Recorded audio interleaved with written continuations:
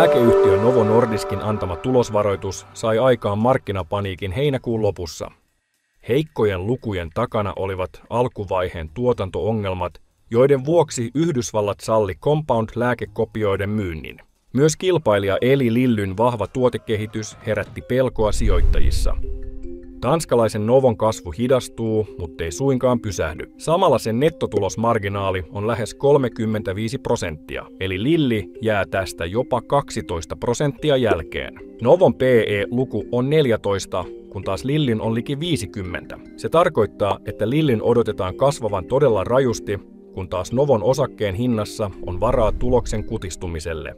Novon tuotekehitys on vahvaa ja kasvavalle markkinalle mahtuu monta toimijaa, etenkin jos Medicaid ja Medicare-vakuutukset kattavat lihavuuslääkkeiden oston. 26, those expensive drugs known as GLP-1s could be covered by Medicaid and by Medicare Part D starting the following year. The Trump administration is preparing a 5-year pilot program to test the policy. Pharmaceutical giant Novo Nordisk, maker of Ozempic and Wegovy, supports the policy shift.